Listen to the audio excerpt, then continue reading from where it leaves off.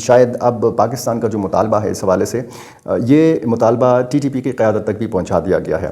ری location کا ایک معاملہ جو ہے یہ چل رہا ہے، یعنی افغانستان کے جو مشرقی صوبے ہیں یہاں سے پاکستانی ملیٹنٹس کو منتقل کر کے افغانستان کے وسطی یا جو شمالی سائڈ پہ صوبے ہیں یہاں پہ ان کو منتقل کیا جائے۔ اور آپ کو یاد ہوگا، اگر آپ میرے ریگولر ناظرین میں سے، میں آپ کو بتایا تھا کہ اس حوالے سے کوئی پیسوں کے لین دین کے حوالے سے بھی بات کی گئی تھی، یا یہ جو ری لوکیشن کا معاملہ ہے اس پر اخراجات کے حوالے سے بھی بات کی گئی تھی۔ اس حوالے سے چونکہ مستند خبریں ابھی تک نہیں آئیں، بہت سارے معاملات ایسے ہوتے ہیں کہ وہ میڈیا کو بتائے نہیں جاتے، اتفاق رائے ہوتا ہے، مختلف بات چیت کے مراحل ہوتے ہیں۔ اب جیسے صادق خان اور مولوی عبدالقیوم ذاکر کے مابین مذاکرات ہوئے ہیں، اسی طرح پاکستان میں جو موجود ہیں وزیر تجارت نور الدین عزیزی، ان کی جو ملاقاتیں ہوئیں وزیر خارجہ اسحاق ڈار سے اور وزیر تجارت جام کمال سے، اور اس تجارت کے حوالے سے اور مختلف دیگر معاملات کے حوالے سے جو بات چیت ہوئی، تو اس حوالے سے اب انتہائی اہمیت کا حامل دورہ ہے اسحاق ڈار کا۔ ایک دن وہ انتہائی مصروف گزاریں گے، اور پہلا یہ دورہ ہے ان کا بطور وزیر خارجہ۔ اس سے پہلے جب افغان طالبان دوسری مرتبہ برسر اقتدار آئے تھے کوئی 3 سال پہلے، تو 2021 میں، تو یہاں جو وزیر خارجہ تھے قریشی صاحب، تو وہ گئے تھے کابل، اور انہوں نے وہاں پہ انتہائی اہم ملاقاتیں کی تھیں۔ بیچ میں بہت سارے واقعات ہوئے، تنازعات ہوئے، کشیدگی ہوئی، اور اس کے بعد اب دیکھنا یہ ہے کہ ایک بڑا چیلنج لے کر اسحاق ڈار کابل جا رہے ہیں، وہاں سے وہ کیا لے کر آتے ہیں۔ اور افغان مہاجرین کا معاملہ بھی ہے، تورخم سرحد یا سرحدی جو پوائنٹس ہیں وہاں پر تجارت کا بھی معاملہ ہے، اور زیادہ فوکس تو تجارت پر ہی رہے گا، کیونکہ پاکستان کو یہ خدشہ تھا کہ اگر یہ تعلقات کشیدہ مزید ہو جاتے ہیں تو پھر دونوں ملکوں کی تجارت جو ہے اس پر منفی اثرات مرتب ہو سکتے ہیں۔ افغان سائٹ سے بھی اس خواہش کا اظہار کیا گیا تھا کہ دونوں ملکوں کے مابین جو تجارت ہے، یہ اسلام آباد اور کابل کے حالات جیسے بھی ہوں، تعلقات جیسے بھی ہوں، دونوں ملکوں کی تجارت متاثر نہیں ہونی چاہیے۔ لیکن بنیادی جو تعلقات میں رکاوٹ ہے وہ تو ظاہر ہے کہ وہ تنظیمیں ہیں جس کے حوالے سے پاکستان کے تحفظات ہیں، اور پاکستان یہ سمجھتا ہے کہ افغان سرزمین جو ہے وہ پاکستان میں حملوں کے لیے استعمال کی جا رہی ہے۔ اسی طرح اس طرف سے جو الزامات داعش کے حوالے سے، داعش کے ٹریننگ کیمپس کے حوالے سے کہ یہ خیبر پختونخوا یا بلوچستان میں واقع ہیں، اور کل کی ویڈیو میں نے آپ کو بتایا تھا کہ زلمے خلیلزاد نے، جو امریکہ کے نمائندہ خصوصی تھے کسی زمانے میں، اور جس نے دوحہ معاہدے میں بھی طالبان اور امریکہ کے بیچ میں کردار ادا کیا تھا، تو انہوں نے یہ الزام لگایا تھا کہ افغان مہاجرین کی آڑ میں پاکستان جو ہے یہ داعش کے لوگ افغانستان میں داخل کر سکتا ہے۔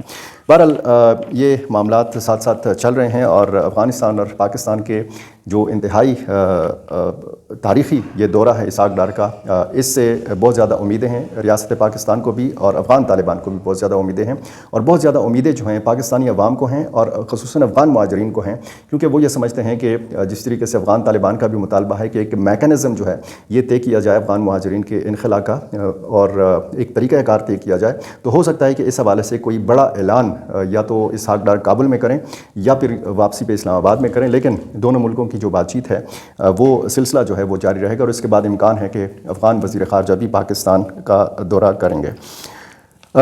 میں آپ کو یہ جو افسوسناک واقعات ہیں، ایک تو کوہاٹ میں 5 افراد جاں بحق ہوئے ہیں، یہ جائیداد کا تنازع بتایا گیا ہے، لاچی ورشنٹ کا علاقہ ہے، یہاں پہ یہ افسوسناک واقعہ ہوا ہے 2 گروہوں کے مابین میں۔ اور ایک افسوسناک واقعہ ہوا ہے ضلع کرم میں بگن کے علاقے میں، یہاں پہ 3 لاشیں برآمد ہوئی ہیں، اور بتایا گیا ہے کہ ان قتل ہونے والوں کا تعلق جو تھا وہ اہل تشیع سے تھا۔ مزار علی، طاہر اور سفر علی، یہ ان مقتولین کے نام ہیں۔ پولیس نے بتایا ہے کہ یہ لوگ پشاور جا رہے تھے خفیہ راستے یا پرخطر راستوں کا استعمال کرتے ہوئے، کیونکہ یہ بیرون ملک جانا چاہ رہے تھے، ان کے ویزوں کی میعاد ختم ہو رہی تھی۔ توری قبائل سے ان کا تعلق ہے، اور یہ کہا گیا ہے کہ جی یہ معاہدے کی خلاف ورزی ہوئی ہے۔ وہاں پہ لوگوں نے مظاہرہ بھی کیا ہے، احتجاج بھی کیا ہے، کئی مہینے ہو گئے ہیں مین جو پارا چنار پشاور شاہراہ ہے وہ بند ہے۔ آپ اندازہ نہیں لگا سکتے کہ کرم کے لوگ جو ہیں اس وقت کس مشکل صورتحال کا سامنا کر رہے ہیں۔ صرف یہ یعنی جس بھی مسلک سے ان کا تعلق ہو، اہل تشیع ہوں یا اہل سنت ہوں، دونوں مسلکوں کے جو لوگ ہیں وہ انتہائی شدید مشکل صورتحال سے اس وقت دوچار ہیں۔ سوات میں ایک سیکورٹی فورسز کا جوائنٹ آپریشن ہوا ہے، اس میں 4 ملیٹنٹس کو مارا گیا ہے، ان سے اسلحہ گولہ بارود بھی برآمد کیا گیا ہے۔ اور اسی طرح چودوان ڈیر اسماعیل خان کا علاقہ ہے، یہاں پر پولیس موبائل وین کو کالعدم TTP نے نشانہ بنایا ہے، اور اس میں ایک پولیس اہلکار شہید ہوا ہے، اور SHO سمیت 4 افراد زخمی ہوئے ہیں۔ میں آپ کو بتا رہا تھا کہ مولانا فضل الرحمان جب پچھلے دنوں پشاور آئے تھے تو ایک فتویٰ کے حوالے سے بڑی بات ہو رہی ہے سوشل میڈیا میں، آج تک وہ بات کی جا رہی ہے۔ جب اس میں مفتی تقی عثمانی نے بھی اس کانفرنس میں شرکت کی، مفتی منیب الرحمان نے بھی اس میں شرکت کی، اور اس میں بتایا گیا کہ تمام عالم اسلام کے جو حکمران ہیں ان پر جہاد فرض ہو چکا ہے غزہ کی صورتحال کے تناظر میں۔ تو میں نے ایک سوال رکھا، وہ سوال ظاہر ہے کہ میرے ایک ذہن میں تھا، وہ آپ سن لیجئے اور مولانا فضل الرحمان کا جواب بھی ملاحظہ فرما لیجئے۔ اس کے بعد بحریہ ٹاؤن پشاور میں جو ایک بڑا دھوکہ ہوا ہے اس حوالے سے بات کرتے ہیں۔ مولانا صاحب، ایک سوال ہو بھی چکا ہے، تھوڑی سی کنفیوژن ہے، اگر دور فرما لیجیے۔ آپ نے فرمایا کہ پاکستان کے اندر رہ کر، آئین کے اندر رہ کر ہم جدوجہد کر رہے ہیں۔ جو قومی غزہ کانفرنس ہوئی اس میں جو جہاد کا فتویٰ دیا گیا، ہم تو بار بار آپ ہی سے سنتے آ رہے ہیں کہ جو مسلح کوئی گروہ ہے وہ اگر جہاد کا اعلان کرتا ہے تو پھر وہ ناجائز ہے، کیونکہ جہاد کا اعلان ریاست کرتی ہے، حکومت کی طرف سے ہوتا ہے۔ تو یہ جو جہاد کا اعلان ہوا ہے اسلام آباد میں، یہ کس قسم کا؟ دیکھیے، تجدید ہوتی ہے بعض چیزوں کی۔ فلسطین اول روز سے حالت جنگ میں ہے اسرائیل کے خلاف، اس کے وجود کے خلاف، اس کے قبضے کے خلاف۔ اور جو ملک اول روز سے جنگ میں ہے، کیا کشمیر میں آپ کی فوج لڑی ہے؟ کیا آپ کے مجاہدین نہیں گئے وہاں؟ کیا وہاں کے اندر کے مجاہدین نے جنگ نہیں لڑی؟ کیا پاکستان نے ان کے جہاد کی حمایت نہیں کی؟ کیا پاکستان نے اس کو جہاد نہیں کہا؟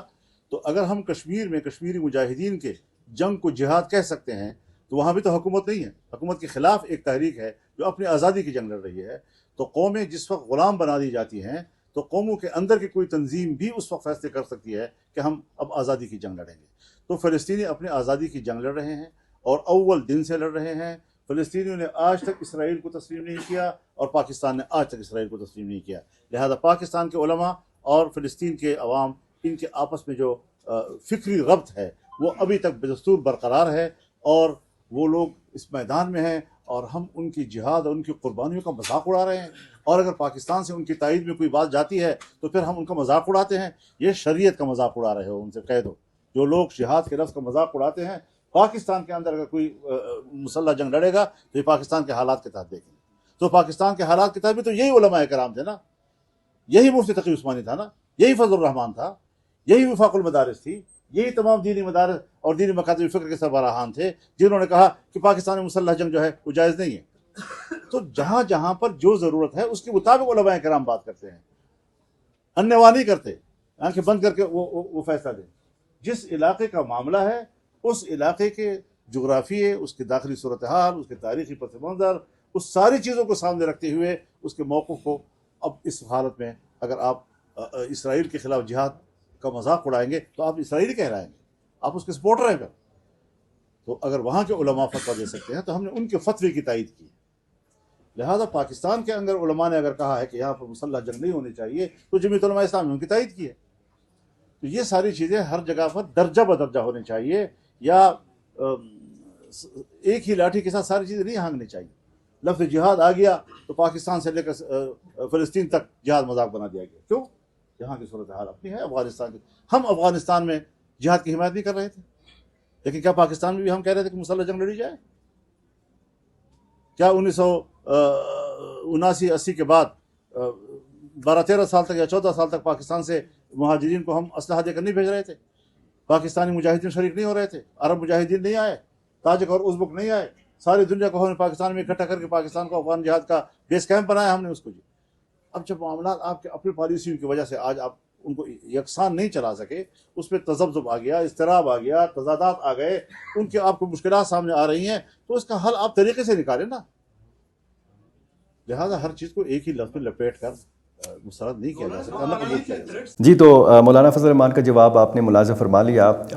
ملک ریاض کا ایک بڑا نام ہے، بزنس ٹائکون ان کو سمجھا جاتا ہے۔ پاکستانی الیکٹرانک میڈیا میں ان کے خلاف جب کوئی خبر ہو تو اس پر بات نہیں کی جاتی۔ آج پشاور میں ایک بڑا مظاہرہ ہوا جمعے کے دن، اور اس میں یہ مطالبہ کیا گیا کہ جو لوگوں کو فارمز بیچے گئے تھے 70,000 سے لے کر 1.5 لاکھ روپے تک، ان کو پلاٹ دیا جائے۔ اب لوگوں نے پلاٹ نہیں دیکھا، لوگوں نے زمین نہیں دیکھی، اور بحریہ ٹاؤن پشاور جو ہے اب بھیڑیا ٹاؤن ثابت ہوا ہے متاثرین کے لیے جن لوگوں نے سرمایہ کاری کی۔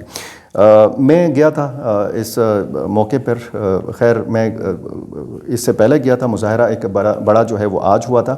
میں نے ان لوگوں سے بات کی، وہ بات ذرا سن لیجئے، اور پھر انہوں نے حل بھی بتایا ہے کہ اس مسئلے کا حل کیا ہے۔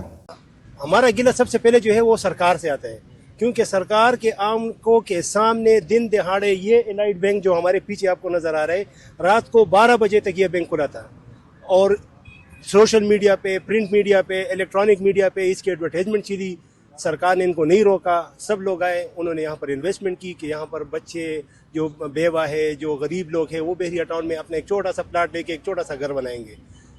پھر کچھ عرصہ کے بعد ہمارا جو نگران کابینہ تھا، صوبائی وزیر، انہوں نے آ کر ایک پریس کانفرنس کی اور اس کے میں انہوں نے بتایا کہ بھائی یہاں پر کچھ بھی نہیں ہے، یہ ٹوٹلی ایک فراڈ ہے. تو اس سے لے کر آج تک سارے لوگ ذلیل ہو رہے. بولا کہ جس کے ساتھ فارم ہوگا اس کو پلاٹ ملے گا، تو اس کو فارم نہیں، اس کو پلاٹ کنسیڈر کریں. تو 70,000 اگینسٹ یہ پلاٹ سب کو ملا فارم.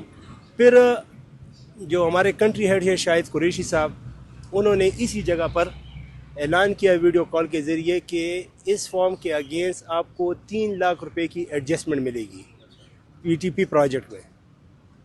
تو اس کی وجہ سے یہ فارم کو بوسٹ مل گیا اور اس کی قیمت مارکیٹ میں 1.5 لاکھ روپے تک پہنچ گئی، 1,40,000، 1,45,000، 1,50,000. تو لوگوں نے پھر اس پہ بھی ٹریڈ کیا، 1,50,000، 1,45,000 پہ لیا، اور آج یہ حال ہے کہ کوئی 70,000 میں بھی نہیں دے رہا. کلاس 4 کی ایون جو گھر میں کام نہیں کرتے، گھر میں جو کام کرتے، جنہوں نے کسی نے بالی بیچی ہے تو کسی نے انگوٹھی بیچی ہے تو کسی نے جمع پونجی لگا کہ یار بحریہ ٹاؤن آئے گا، ہمیں قسطوں پہ پلاٹ ملے گا، ہم بھی گھر کے مالک بن جائیں گے، ہمیں بھی اللہ ایک گھر دے دے گا. لیکن ان کو کیا پتا تھا کہ وہ ہڑپنے کے لیے سب کچھ آیا ہے. ان کے جو سارے پاکستان میں بحریہ ٹاؤن کے پروجیکٹ ہے، اس میں اس پشاور بحریہ ٹاؤن فارم کا جو 3 لاکھ کا ایڈجسٹمنٹ کا اس نے اعلان کیا تھا، اس سارے پروجیکٹ میں اس کے ایڈجسٹمنٹ کا اعلان کر دے، روپے پہ یہ فارم جو ہے وہ ریٹرن کر دے، لوگوں کو اپنے پیسے واپس کر دے. ان کا اپنا فارم ہے، یہ اپنا فارم واپس کر دے، یا پورے پاکستان میں ان کے جتنے پروجیکٹ ہیں اس میں اس کا ایڈجسٹمنٹ کرا دی. تو کم از کم یہاں کے لوگوں کی جو مشکلات ہے، 2-2.5 سال سے جو مشکلات میں انہوں نے اپنے پیسے بند کی ہوئی ہے، قرض لے کے انہوں نے یہ فارم خرید لی ہے، کم از کم اس کی جان تو چھوٹ جائیں گی.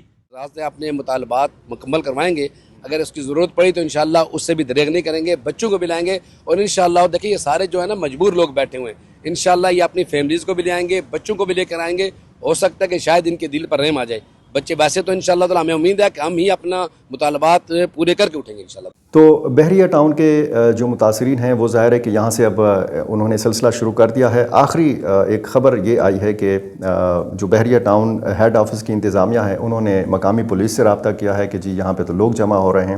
تو اب یہ بتایا گیا ہے کہ جی انتظامیہ نے 10 دن کی مہلت مانگی ہے، اور 10 دن تک یہ سلسلہ تو معطل ہو جائے گا احتجاج کا، لیکن 10 دن بعد یہ کہا جا رہا ہے کہ اگر ان کو پیسے واپس نہیں کیے گئے، فی فارم 1.5 لاکھ روپے یا 3 لاکھ روپے جو بھی ان کا مطالبہ ہے وہ اگر نہیں مانا گیا تو پھر یہ عدالت بھی جا سکتے ہیں. یہ پھر فراڈ اور دھوکہ دہی کی جو FIRs ہیں ان کے اندراج کا سلسلہ بھی شروع کر سکتے ہیں، اور احتجاج کا سلسلہ جو ہے یہ پھیلا سکتے ہیں باقی شہروں تک بھی. ایک بڑا اچھا نام ہے بحریہ ٹاؤن کا، بڑے اچھے منصوبے ہیں ملک بھر میں. دبئی میں ان کا ایک اچھا پروجیکٹ جو ہے وہ بھی آپ کو پتہ ہے کہ اس حوالے سے کیا آپ کے پاس بھی ظاہر ہے کہ معلومات ہیں. لیکن ملک ریاض کا نام، بحریہ ٹاؤن کا نام، شاہد قریشی کا نام بڑا خراب ہوا ہے پشاور میں، خیبر پختونخوا میں. یہ جو نیک نامی متاثر ہوئی ہے، اس حوالے سے بحریہ ٹاؤن کو، ملک ریاض کو، بحریہ ٹاؤن کی انتظامیہ کو ضرور سوچنا چاہیے. میرا چینل آپ نے ابھی تک سبسکرائب نہیں کیا تو یہ کر لیجئے، اور مجھے اپنی رائے سے ضرور نوازا کیجئے. بہت شکریہ.